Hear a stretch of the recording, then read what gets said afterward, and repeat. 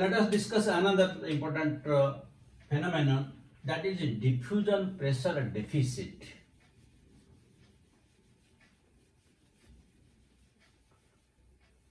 Diffusion pressure deficit.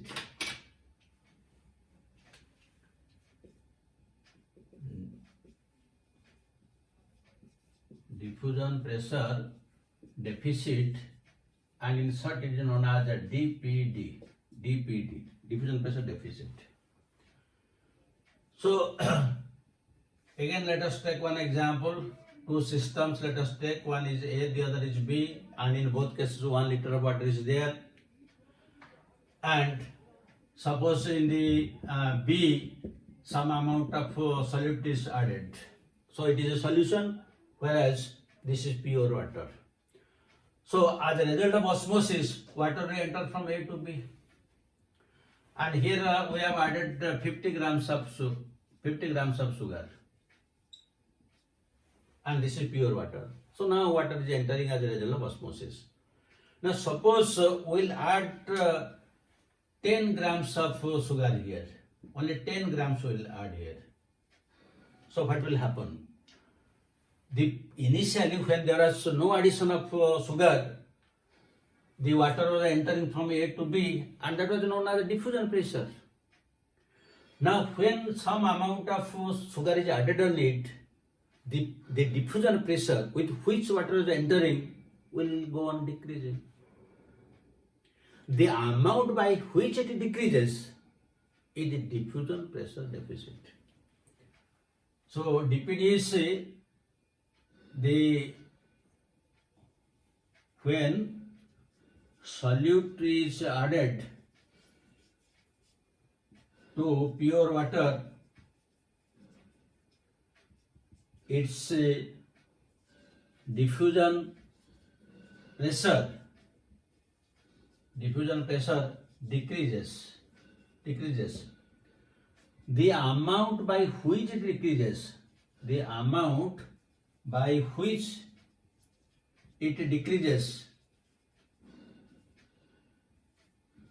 is called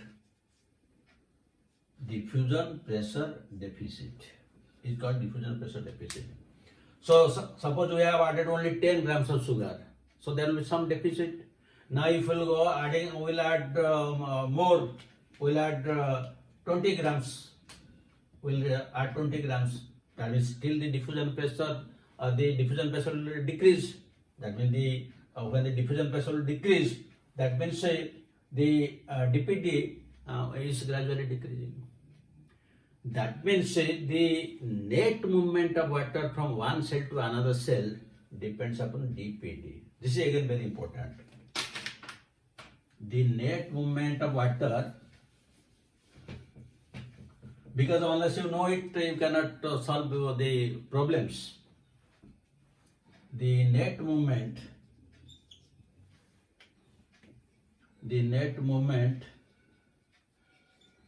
of water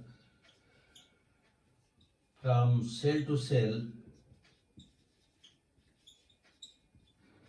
depends on DPD. So now we have discussed what is osmotic pressure, what is temperature pressure, and what is DPD. Let us establish the relationship between the three. What is the relationship between osmotic pressure, temperature pressure, and DPD? Now one cell is there, and in the cell, this is the plasma membrane, and the whole thing is put in water. So because some amount of sugar is already there, this is pure water. Now water will enter into the cell. So when water will enter into the cell, what will happen? It will develop a temperature pressure. That will develop temperature pressure, and due to that temperature pressure, this cell membrane will be pressed against the cell wall. That means the net entry of water into cell is depending upon osmotic pressure minus wall pressure, because the wall is exerting a opposite pressure, so that more and more amount of water cannot enter into it. That means the net movement of water into the cell is depending upon the osmotic pressure minus wall pressure, because this is giving opposite force. But again, we know that this wall pressure is equivalent to turgor pressure. That means the net movement of water is depending upon osmotic pressure minus turgor pressure. Because wall pressure is equal to turgor pressure, we have solved just now. Again, we have discussed that the net entry of water depends upon DPD. The net entry of water depends upon DPD. That means now DPD is equal to OP minus TP. DPD is equal to OP minus TP. This you have to remember to solve any problem. And the net entry of water depends upon the amount of DPD of this cell. So, if we will demonstrate it in form of one diagram.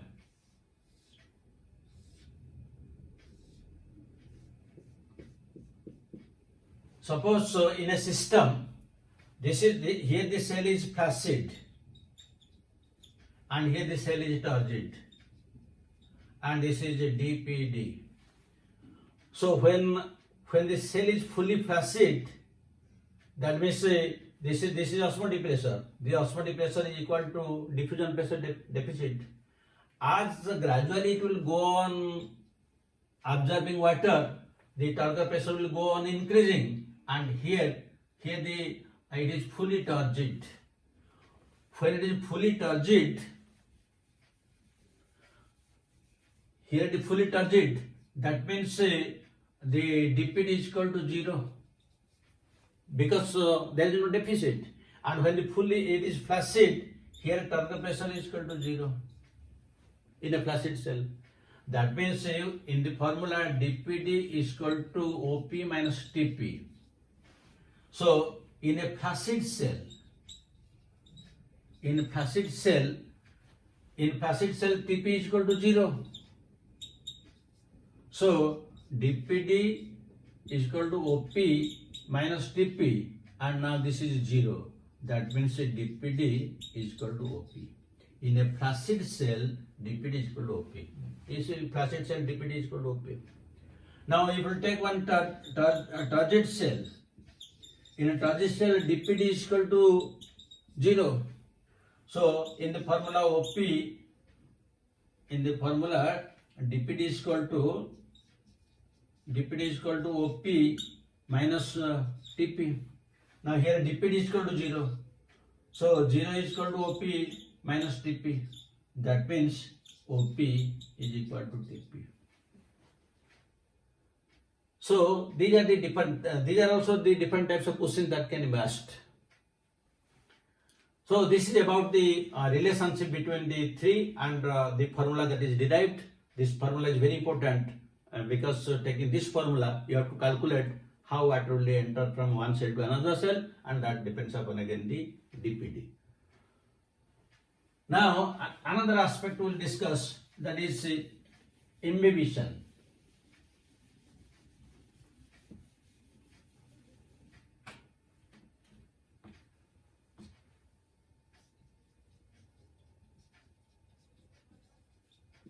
Imbibition. When you have marked, when you put some seeds in water, it swells after some time. What is that process? That is known as imbibition. In imbibition, when some solids are put in water or any solvent, then it swells because it imbibes water. And that imbibed water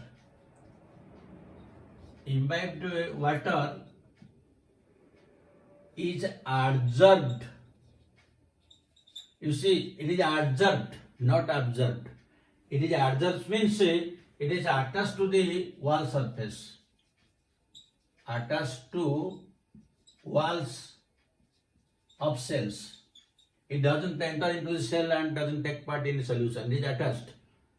So this is known as imbibition. You might have marked during the rainy season, the doors and windows becomes very difficult to close. because due to rainy season they absorb water and swell in.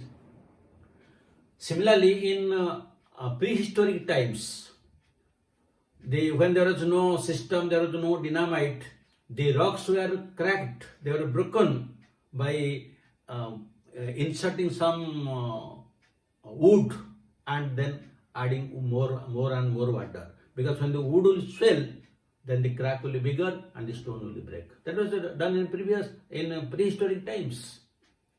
So the solid here, this solid is known as imbibant, and the solvent is known as imbibate.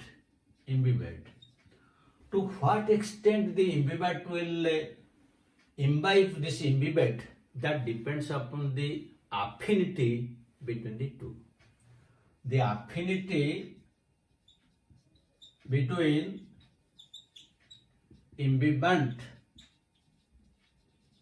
and imbibate is important. That is important. Now suppose there are let us take three different types of substances.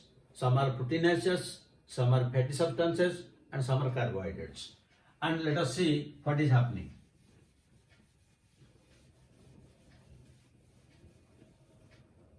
Let us take three petri dishes, A, B, C, and in all water is there. Now here let us put 2 grams of the legumes, and here we will give 2 grams of mustard seeds, and here we will give 2 grams of wheat grains, and leave it for 1 or 2 hours. For the same period, let us leave it for 2 hours. After 2 hours, when we will weigh these seeds, then they will not be 2 grams each. Now the weight of each one will vary, because here the seeds are the imbibants, and in each case water is imbibate. It depends upon the affinity. So you see, the legumes are proteins, the mustard seeds they are fats, and the wheat grain they are the carbohydrates. That means we have taken 3 different types of seeds: proteins, fats, and carbohydrates. And the proteins have more affinity, followed by carbohydrates, and then by fats. That means when we will weigh them, we will find that the A is legumes, then C, then B. That means the weight of this 2 grams of legumes will be more, because they have imbibed more water than the C, and followed by B. Now suppose you take rubber, and if you put the rubber, the imbibed water, that rubber in water, it will not imbibe because it has no affinity. But when you put that rubber in kerosene or ether, it will imbibe. And usually the mucopolysaccharides, they have more affinity for water. Suppose you take agar-agar. It is a mucopolysaccharide. If you put in water, it will imbibe 90% of its own weight. So much of water it will imbibe, because it depends upon the affinity. So these are the different aspects of imbibition, which commonly you have observed during the rainy season. And during this imbibition, what happens?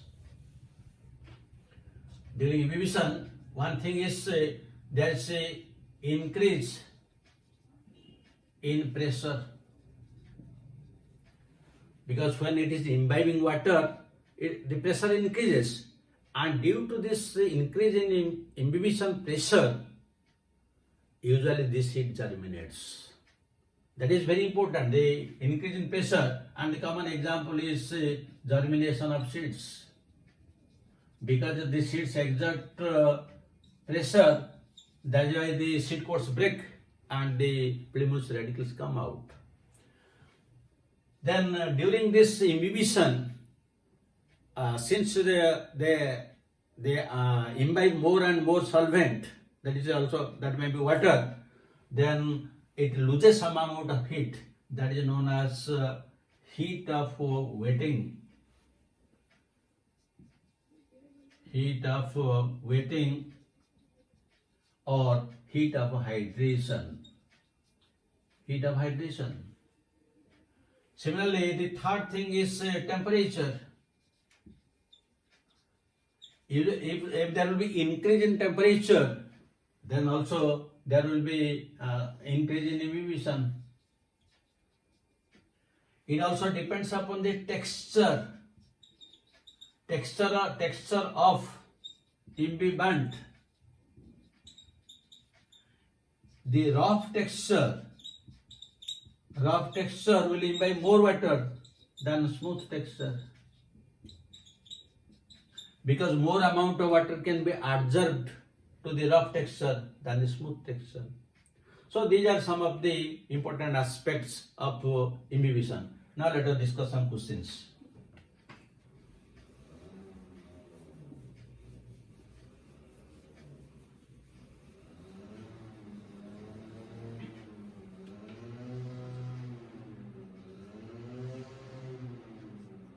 Three cells are taken,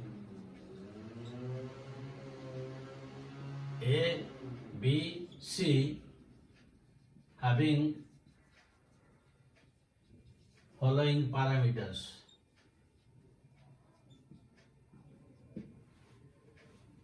A has osmotic pressure 20 and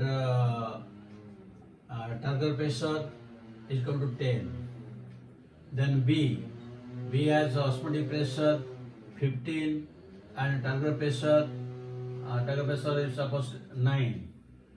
And C osmotic pressure is equal to 12 and turgor pressure is here 8. In which direction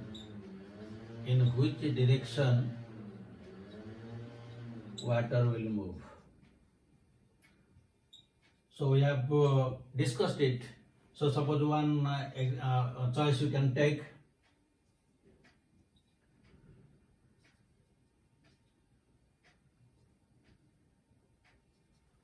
One choice you can take from A to B to C. Then B choice you can take from C to B to A. Then C choice you can take B to C to A. And another choice you can take from the C to A to B. In which direction the water will move? These are the type of questions which are usually asked. Then I will give a second question.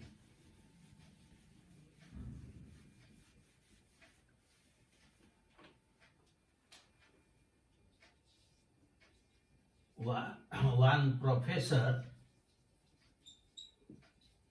was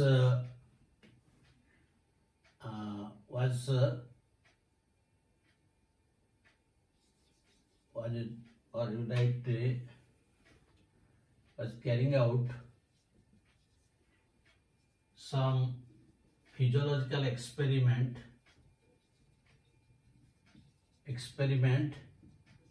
in the laboratory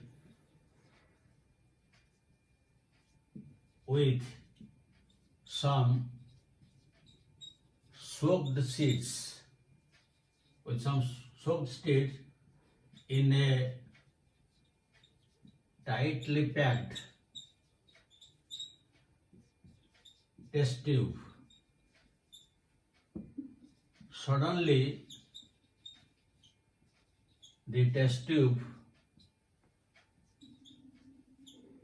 exploded.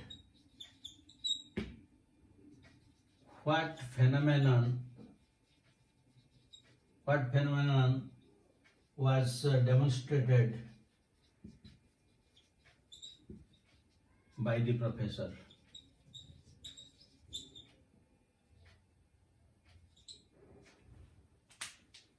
So A choice osmosis, B choice